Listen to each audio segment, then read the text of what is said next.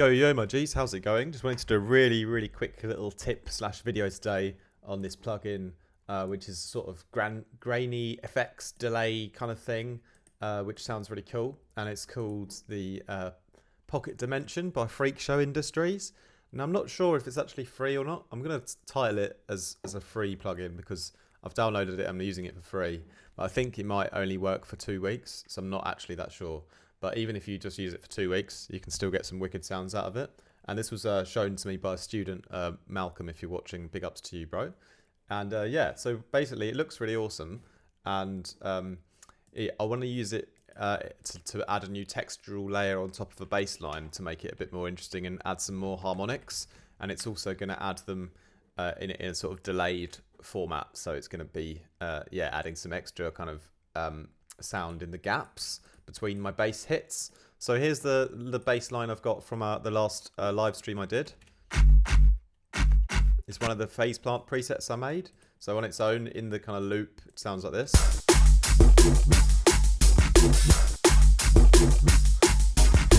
And now we're going to fill in some of the background in this file by using the Freakshow Industries Pocket Dimension. So the important thing to do is firstly copy it over into a new channel. So I've copied my bass line over, it's all in audio obviously because I like that. Copied it over to a new channel. And now here I've opened up the Pocket Dimension and I'll put it on. And so basically you'll see you've got this kind of icon here and you basically have to sort of just move it around. If I switch this off for a moment.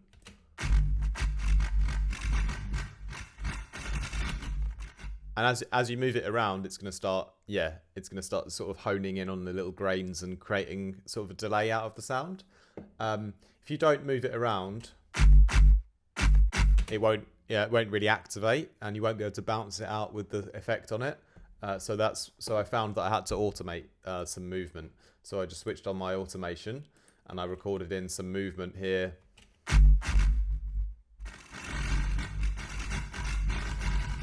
Yeah, so keep it moving around and record it, and then you can tweak the settings like the void and the dose, and there's loads of things to play with I haven't really gone into, but just when you load it up and you sort of move the cursor around, it already creates this cool delay.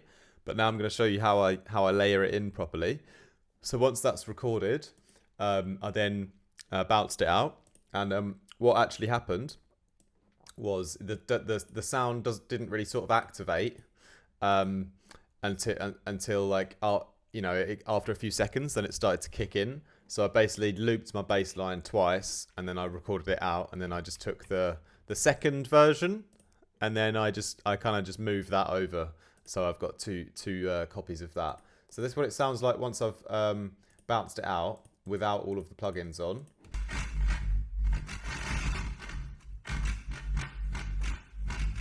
So this is the kind of new texture that I've created out of the bass line using the granular kind of delay plugin. And then we're going to layer that back in with the bass. But obviously it's too much on top of it. So this is how I would blend it back in. Firstly, I wanted to do like a big amount of side chaining. So it's sort of just going to prioritize the new texture in the gaps. So I'm just side chaining it heavily with the compressor to the original stomp bass hits. So I'm just using the Logic one. Any compressor will do. I have the attack all the way down and the release up about 50 or between 50 and 100. Ratio around 2, and then turn down the threshold, make up gain off. And you can see obviously, you can still hear it a little bit in the background when the bass hits happen, but it's taken out most of the volume. So it's more, we're using it to fill in the gaps between the notes, you know? All right, so once I've got that on there, next thing is obviously take out some low end, because even when it's layered on top, I still want to keep the low end preserved for the main bass hit. So I'm going up to about 400 here. I'm actually going to cut out some more later, but we'll start off with one cut at 400, nice and smooth as you do. So now it just becomes more of a high-end texture, but it's a little bit too loud and a bit too bright still. So I'm going to wash it out a little bit now. And I'm going to wash it out with delay first. So nice 30% on the Rift Feedback Lite. Also the free delay plugin. My favorite delay plugin I've ever used, and also free one. So get a nice ping pong, so it gets even more stereo. And obviously we're mixing it on the feedback mix, so it's naturally going to make it a bit quieter as well, because there's less dry signal coming through.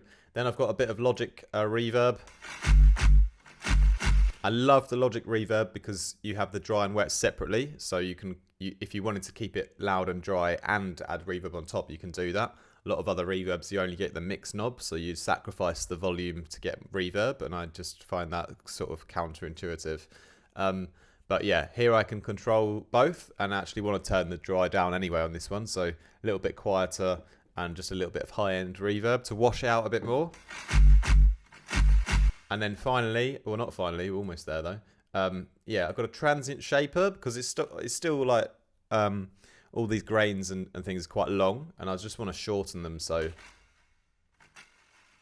you kind of just have more stuttery kind of hits rather than just like loads and loads of sustained texture. So now together,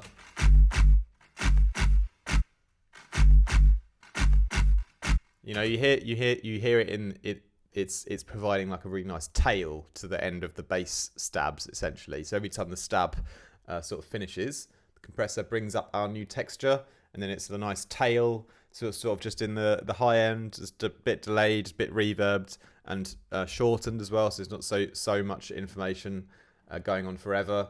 And then, yeah, then I'm going to do a little bit more compression to just control the volumes, because I've sort of shaped the transients, so we got some sort of loud peaks and then some quiet parts, so I'm just going to sort of level it out. So that's why I'm using the compressor just on the normal compression mode, auto gain off ratio just around 2, and then yeah, attack down at 0, release again somewhere between 50 and 100, and then the threshold,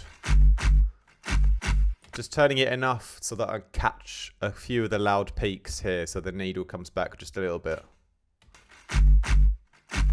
just to sort of flatten out the audio file to make it a little bit softer, a little bit quieter. And then finally, another little kind of low cut, another smooth one again. Much better to do a lot of smooth ones rather than one big drastic one, you know? So really clearing out the mid-range to preserve the space for the main bass note. So together then, we've got this new texture layered in over the top of our bass hit. And it's filling out the background, but we're using the same sort of bass sound. And yeah, it's going to make all the details sound much nicer in the whole track. And we can just sort of blend it in. We can turn it down a bit if we want.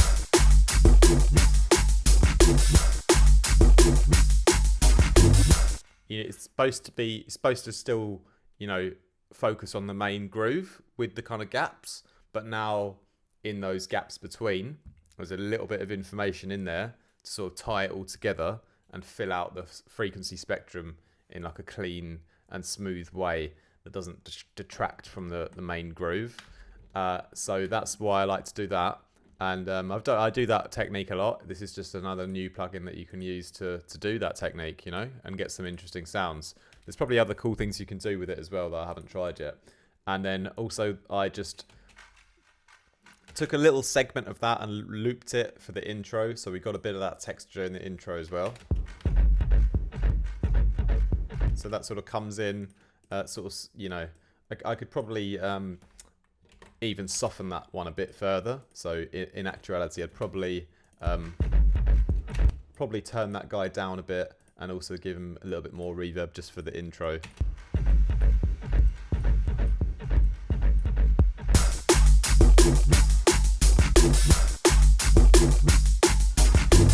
Okay, so cool plugin to go and check out if you're lacking a bit of inspiration, or you just want to mess around and look at the cool graphics on that plugin, which is, yeah, like I said before, it's the Freakshow Industries Pocket Dimension. Just Google it and you can download it for free. Like I said, I'm not sure exactly if it's free forever or just for 2 weeks.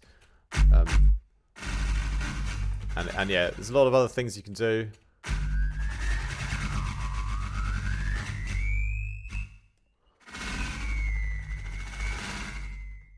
Possibilities seem to be endless, but yeah, I kind of would say it's a granular delay. I don't. That might not be the technically correct term for what they tried to create, but that's how I would describe it, a granular delay thing.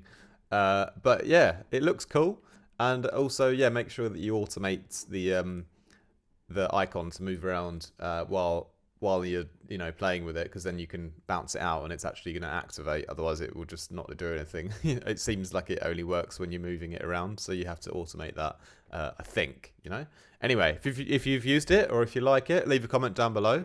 And yeah, couldn't be bothered to do any editing on this video today, so it's just a logic and my face in the corner kind of video. Hope that's okay for you guys. Have a great rest of your week. Much love. Peace out. Don't do anything I wouldn't. Ciao for now. Slurp it up. All that stuff. Goodbye.